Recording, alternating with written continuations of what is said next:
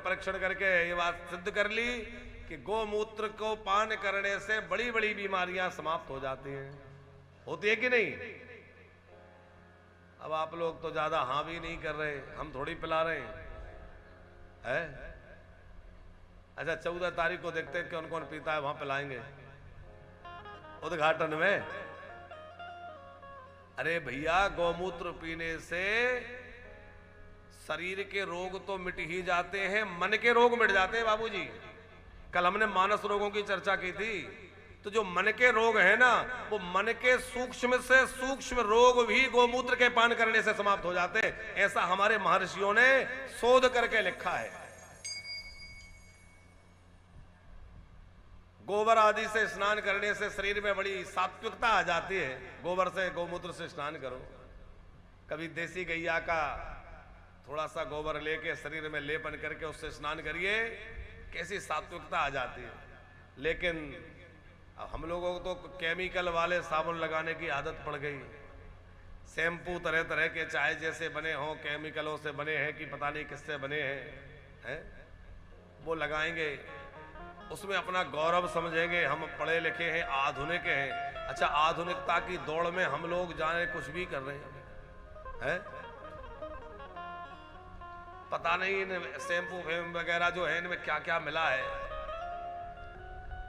हमने सुना है अंडे वंडे पता नहीं क्या मिला देते हैं। लोग कहते बाल बढ़िया रहेंगे। एक सज्जन हमसे बोले, महाराज जी वो आपके बाल झड़ गए। बाल की बात आज आ गई, आज तो कही देते। हमने कहा तो बोले वो एक एग वाला कोई शैम्पू आता है, वो लगाओ, उससे वो क्या भगवान जाने विटामिन मिलेगा, क्या मिलेगा, बाल बढ़िया हो जाएंगे। हमने कहा भैया जी बचिए, वो भी झड़ जाए पर इससे बचाओ है। अच्छा, ये तो बाल की बात है। एक सच्ची बात, एक बात और बताएं आपको। हमारी बिटिया बीमार थी, उसको लीवर की समस्या, उसका लीवर डिसीज है। उसको लीवर में एक बीमारी होती है विल्सन डिसीज करके, जिसमें लीवर में कॉपर जमा हो जाता है। 6 वर्ष की उस समय उसकी आयु थी। और विल्सन डिसीज बीमारी से ग्रसित हो गई। तमाम हॉस्पिटलों में दिखाने के बाद दिल्ली में उसका इलाज चला, और दिल्ली में उसका इलाज लंबे समय तक चलता रहा। बहुत ज़्यादा गंभीर स्थिति थी। तो जो डॉक्टर इलाज कर रही थी वो महिला डॉक्टर थी, वरिष्ठ डॉक्टर थी वहाँ की, बच्चों के डिपार्ट की। उन्होंने हमें अकेले में वो मीटिंग के लिए बुलाया। उसकी माँ और हम लोगों से मीटिंग करी। बोले आपकी बच्ची की स्थिति बहुत गंभीर है, बचने की जो है ज़्यादा संभावना नहीं है। आप लोग इसको जो है, प्रोटीन की कमी उसके शरीर में हो गई थी। बोले प्रोटीन के लिए इसको आपको अंडे और ये सब खिलाना पड़ेगा। बच्ची के प्राण बचाने का एक ही तरीका है। बाकी ट्रांसप्लांट हो रहा था, लीवर ट्रांसप्लांट के लिए वो सब तैयारी हो रही थी, और लीवर ट्रांसप्लांट के लिए पैसा भी जमा हो गया। गवर्नमेंट से व्यवस्था हुई, ठाकुर जी ने जो भी किया, वो लंबी विषय उस पर नहीं जाएंगे। जो बात हम कहना चाह रहे हैं, तो लीवर ट्रांसप्लांट की तैयारी भी थी। और उन्होंने कहा कि उसके बाद भी बचने की संभावना नहीं है, क्योंकि बच्ची के शरीर से प्रोटीन चला जा रहा है, प्रोटीन निकल रहा है। तो प्रोटीन इसमें बहुत कम हो गया है। तमाम एल्बुमिन इंजेक्शन वगैरह लगाए गए, उसके बाद भी प्रोटीन के लिए इसको आपको मांस, अंडे ये सब खिलाना पड़ेगा, नहीं तो बचेगी नहीं। हमने कहा विचार करते हैं। बाहर हम दोनों बैठ के विचार किए। तो हमने कहा देखो, बच्ची कल मरती हो सो आज चली जाए, जाना तो है ही। कल जाए आज जाए, हम लोग जितना हो सकेगा इलाज कराएंगे, उसमें कमी नहीं करेंगे। जहां ले जाना पड़े ले जाएं, जो इलाज कराना पड़े कराएं। लेकिन कोई कहे कि प्राण बचाने के लिए अभक्ष खिला दो, उल्टा सीधा खिलाओ, तो भैया ऐसे खिलाने से अच्छा है कि वो जा रही हो तो चली जाए। पर हम ऐसा कभी नहीं करेंगे।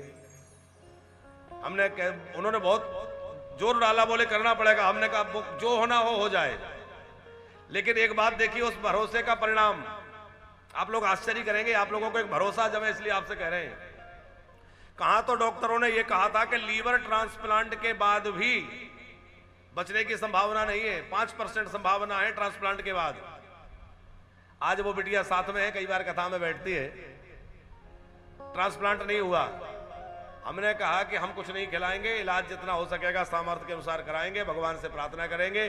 ठाकुर जी से प्रार्थना की। आज ठाकुर जी की कृपा से वो बिटिया पूरी तरह स्वस्थ है, और लीवर ट्रांसप्लांट भी नहीं कराना पड़ा, उसी लीवर से चल रही है, और सब कुछ बढ़िया हो गया, कुछ नहीं खिलाना पड़ा, और एकदम बढ़िया हो गई।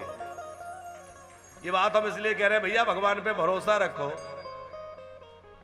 और ऐसा नहीं है कि ये ऊट पटांग चीजें खाओगे तभी प्रोटीन विटामिन मिलेंगे। भगवान ने इतनी सब चीजें बनाई हैं, ये सब खाइए। कितने फल हैं, कितने ड्राई फ्रूट्स हैं, कितनी तरह की चीजें प्रकृति ने हमारे लिए प्रदान कर रखी हैं, और हम जीवों को मार मार के खाएं। अरे जंगलों में रहने वाले जिनको कुछ ना मिले वो खा ले तो बात अलग है, लेकिन हम लोग समाज में रह रहे हैं, शहरों में रह रहे हैं, दुनिया भर की चीजें हमारे लिए उपलब्ध है और हम भी ऊट पटांग खाएं है?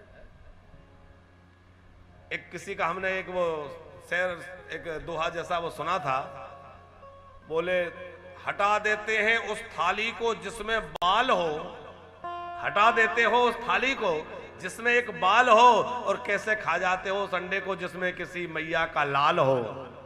अरे उस अंडे से बच्चा निकलेगा कि नहीं, उसको लोग खा जाते हैं। और आजकल तो और बड़ी विडंबना, लोग कहने लगे शाकाहारी है।